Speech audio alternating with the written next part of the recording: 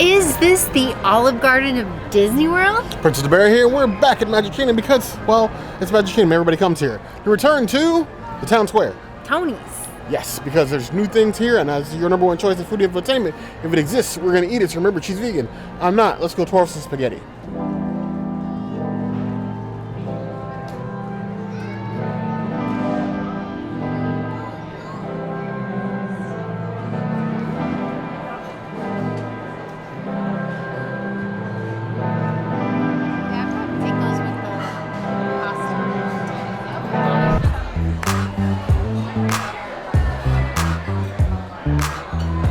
There aren't a lot of vegan options here for drinks at Tony's, but there is this wine. So we have this beautiful wine. Cheers this. I'm sad that the bread service isn't available, but at least there is wine. I'm going to give it a 3 out of 5 wines. It is a nice, light, luxurious grape. It's not too forward or in your face or bright. It's just a subtle, nice, smooth red grape taste. That'd be a nice Chianti, Banfi style, because the drink choices here at Magic Kingdom, while I'm glad that they're here, it's really time to stop playing around. Just give us a full bar in Magic Kingdom. You know you want to. It will sell. People like spending money on alcohol in these parks. We do. But cheers to the Banfi and a good grape.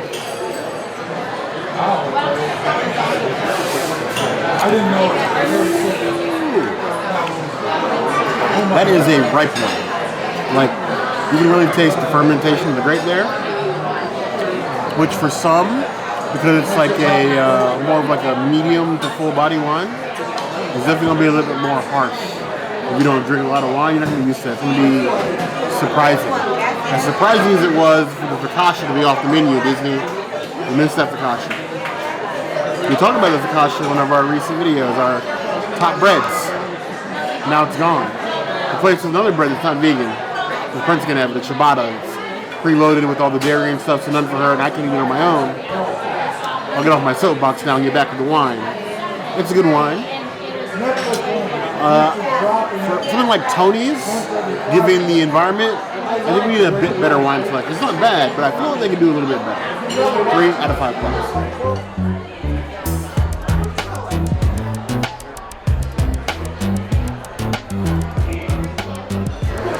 This is the newest vegan salad on the menu.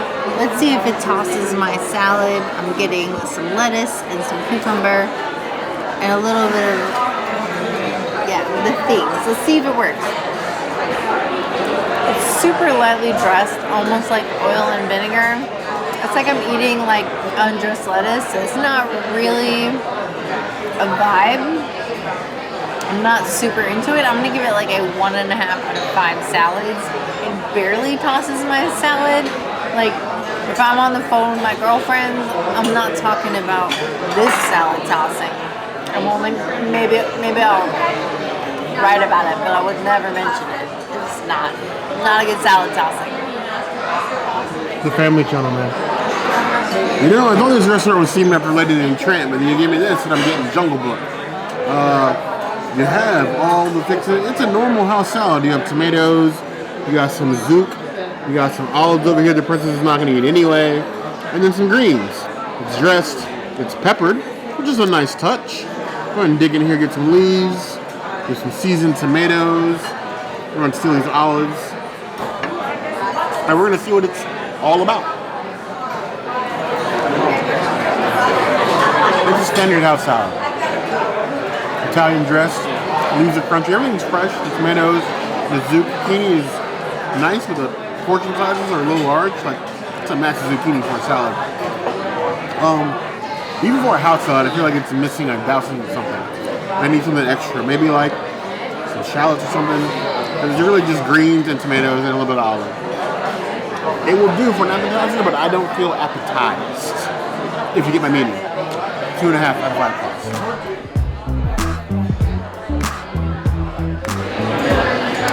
Since the ciabatta could not be made vegan, even though enchilada is usually vegan on its own. We got Chef Mike allergy rolls. And they're here to help accompany the pasta and the salad that we got. Put some olive oil in this action. Let's just go with it. If you really want to know the best place for the Chef Mike rolls, go watch our bread service video. It's just posted. Enjoy that. Cheers. What you would expect out of a gluten-free allergy roll. It is what it is. The olive oil doesn't add anything to it. It's like a 1.5 out of 5 rolls. It'll do its job, but it's not great. It needs something. Maybe balsamic or something.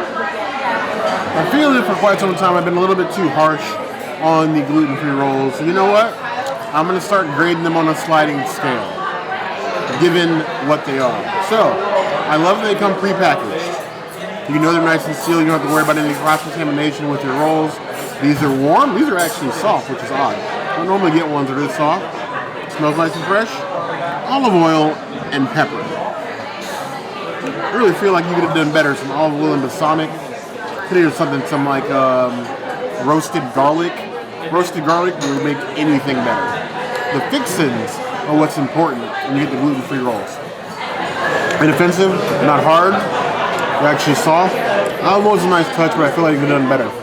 It's average from gluten-free rolls, but I want to see you do some work to add some better fixins. Adding a gluten-free fixin to a roll is not hard. Imagination, like figment, but actually fun. 2.5 out of 5 plus.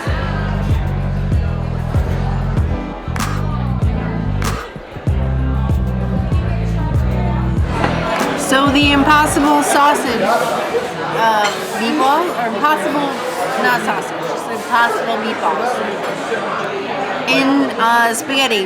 I purposefully did not eat spaghetti all week just so I could eat this, and then my meatballs are burnt and my spaghetti's kind of bland, and I forgot my pocket parm and I forgot the book. You guys, my work day was so crazy today that I did not properly prep to come to Magic Kingdom. So I apologize ahead of time for not having pocket parm in an Italian restaurant and not having the book for a signature on a table service. I'm also taking too much. So let me just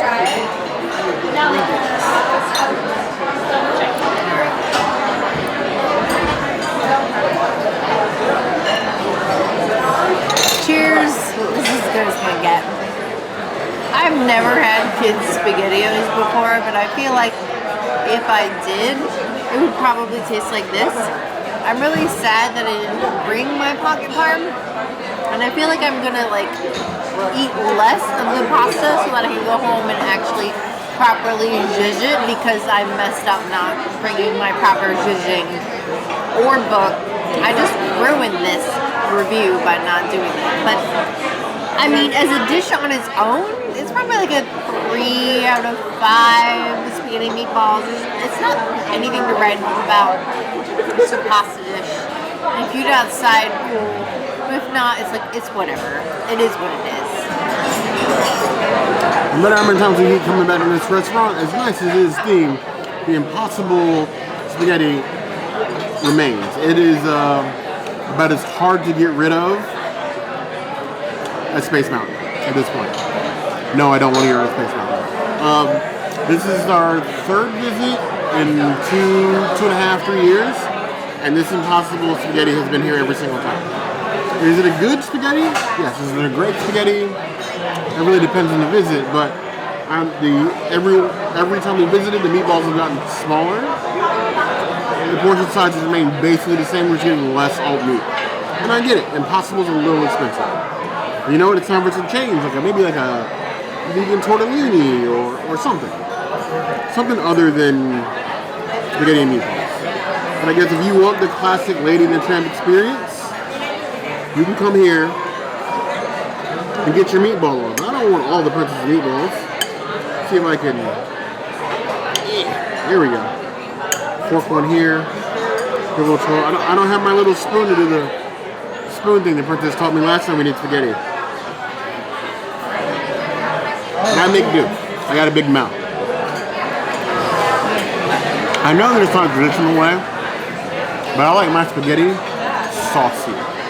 Like usually you'll get like spaghetti, it'll be like, you know, the noodles are covered in the spaghetti sauce. There's a tiny bit of liquid in here. But if you don't get like the right ratio, it comes off just like noodles with a little bit of tomato and the meatball.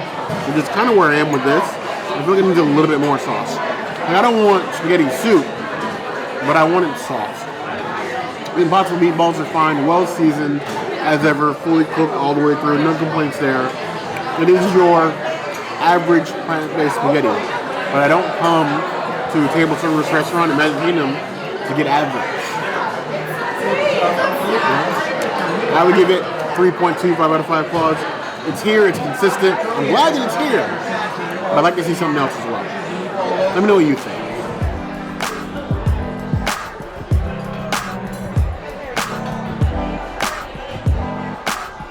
I'm just a bear, risking it for the biscuit. I've had a lot of things in this menu. I've had versions of the shrimp scampi.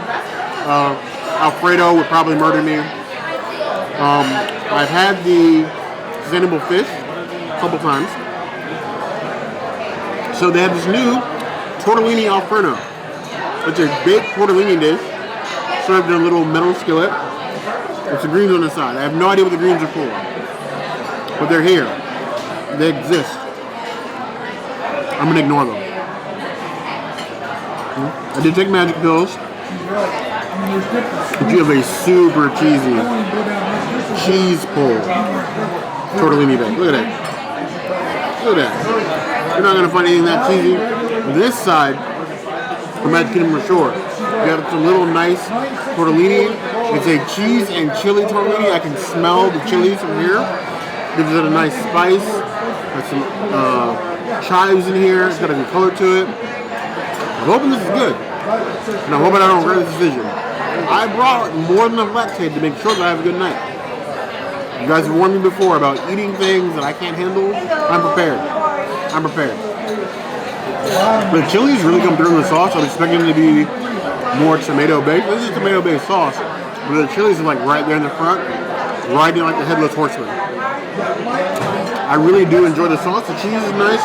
You have like 3 different types of cheese in here. The cheese and tortellini, mozzarella cheese top, and you also have a sprinkle of Parmesan on top as well. Like a 3-cheese tortellini bake. If you like tortellini, it's wonderful. It's an actual sizable portion. It doesn't look very big, but this pot is deep. Deep and full of magic. It's actually a lot better than I was expecting. I'm going to have a hard time walking around Magic Kingdom after this, but I absolutely don't hate it. 3.75 out of 5 points.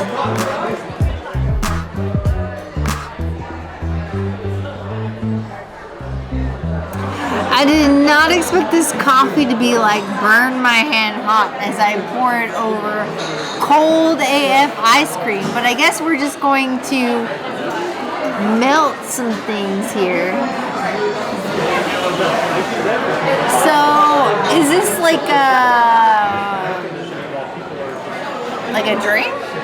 Or we have spoons, but like I feel like this is like old-fashioned level where you're pouring like liquor over like a fruit thing, you know? Gelato coffee. I don't. It's a thing. I feel like this is like, yeah. I'm not sure how I feel about this. It tastes like a coffee s'more. I don't know. I'm not that into it. I feel like if you like coffee and you want like a coffee drink with a dessert, this is great. If you are trying to get like some dessert action, that is not this. I'm gonna give this like a 2.5 out of 5. Desserts, if you want coffee, it's a 4 out of 5. If you want desserts, well, it's already melted, and I don't think Bear's gonna be able to properly review it. This to me is feeling very Italian. This feels like those of you that rope drop Magic Kingdom, those of you that still do that, can't be me, and decided that you're gonna stay here until like the absolute end of the fireworks. Here you go. Espresso, caramel, and a plant-based gelato. I really can't think of anything more Italian sounding than that.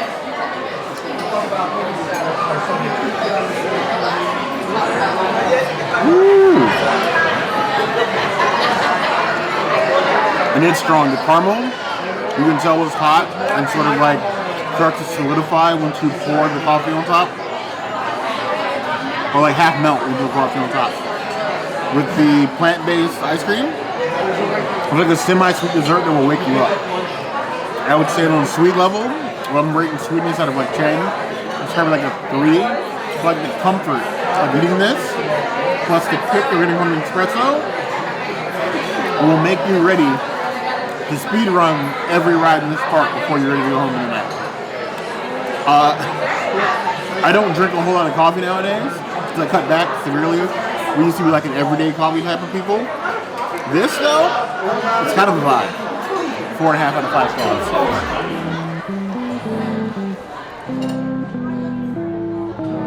Tony's Town Square continues to be consistently consistent. Consistently Average. Olive Garden. Don't insult Olive Garden. It is literally the Olive Garden of Magic Kingdom. Or yes, definitely the Olive Garden of Magic Kingdom. I would say it is one of like 4 Olive Gardens at Disney World. Don't come here for Italian food. Come here for the theming and the proximity to Main Street. That's really it for me. I mean, if you're coming for like not so scary or a very merry, sitting out here on the balcony is very nice. Or if you're going, or you could not waste your time and just enjoy the party. Yeah, or like middle of the day if you're gonna watch a parade. Like this is a place to watch the parade if you're not gonna sit at the curb. But it's just not. I don't know. Like it's very hit or miss, and we've never been able to sit outside really. Though they did offer that to us this time today. It was a bit warm. But I don't know. I think Melissa and Enda are the ones that really drive us to keep coming to this restaurant. No. I don't know what you guys think about Tony's Town Square. Is this on your list of places you want to get a reserve here at Magic Kingdom? Let us know in the comments below. If you have another favorite, by all means, it's going to be a place to find us. If there's anything else you'd like to see us do, also there. Hit the notification bell if you want to see other videos like this. And we have new videos 5 days a week. Monday, Tuesday, Wednesday, Thursday, Saturday. We will see you soon. Be sure to subscribe and like this video. And if you don't comment, I don't know, maybe Lady in the Tramp. Well, Lady in the Tramp. Who knows? Maybe Bear will eat himself outside of Lady in the Tramp, and then something will happen. I really don't know how I ended up getting eaten in that conversation, but you heard the girl.